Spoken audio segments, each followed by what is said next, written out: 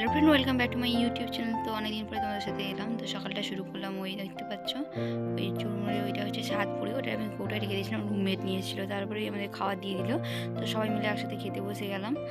তো যেহেতু রাত্রেবেলা চিকেনের আছে, তাই সকালে এখন নিরামিষই ছিল, তো ওটা খেলাম।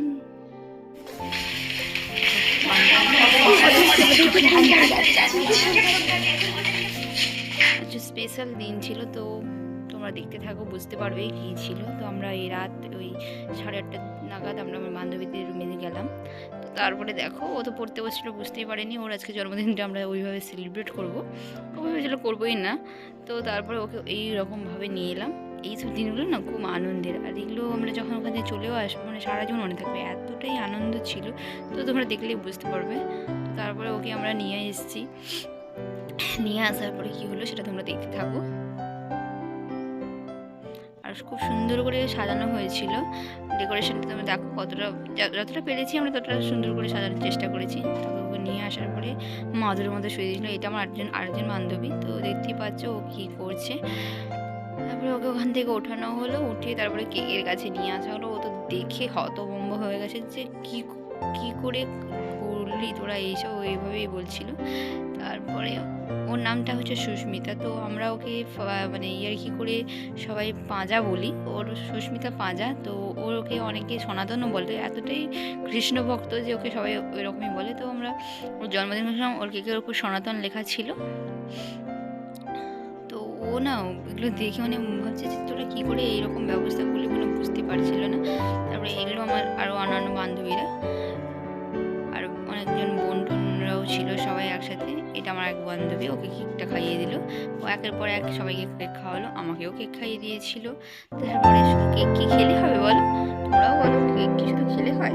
কেক তো সেই সবাইকে মাখাতেও হয়, খেলে খাওয়ার থেকে মাখানোটাই বেশি মজা। এই ক্রিম নিয়ে সবাইকে মাখানো শুরু করলো। খাওয়া দাওয়া তো হচ্ছিল, দেখতে আর কেকটা না খুব সুন্দর, ওটা আমরা মিয়ামারি থেকে নিয়ে এসেছিলাম।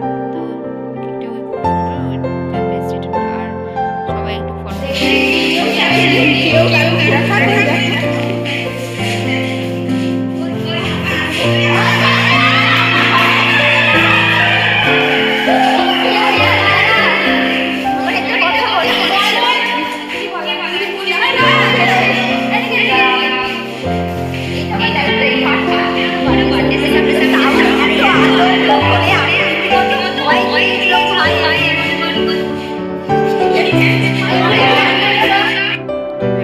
শেষ হয়ে গেল। তারপরে আমরা ওখান থেকে এসে খাওয়া দিয়ে দিয়েছিল। তো আমার রুটিও ছিল আর ভাত ছিল, আর যেহেতু চিকেন হয়েছে। আর আমার না এই মেটে জিনিসটা না খুব, মানে মেটের উপরটা অন্যরকম একটা প্রেম আছে। তো মেটেটাও নিয়ে বসে গেলাম। তো মাংস, রুটি, ভাত সবটা একটু একটু করে খাবো, অতটা বেরোয় না হলে। স্যালাডও ছিল।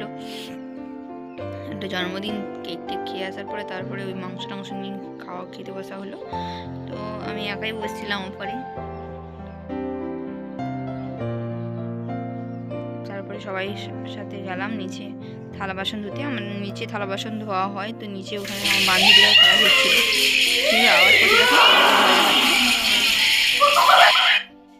বুঝতেই পারিনি, এই থালা বাসন নিয়ে নাচ করতে করতে করতে উড়ে উড়ে উড়ে উড়ে প্রজাপতির মতো চলে এলো। তারপরে আমার একজন বান্ধবী রূপচর্চা করলো। ভিডিওটা এইটুকু, যদি ভালো লাগে লাইক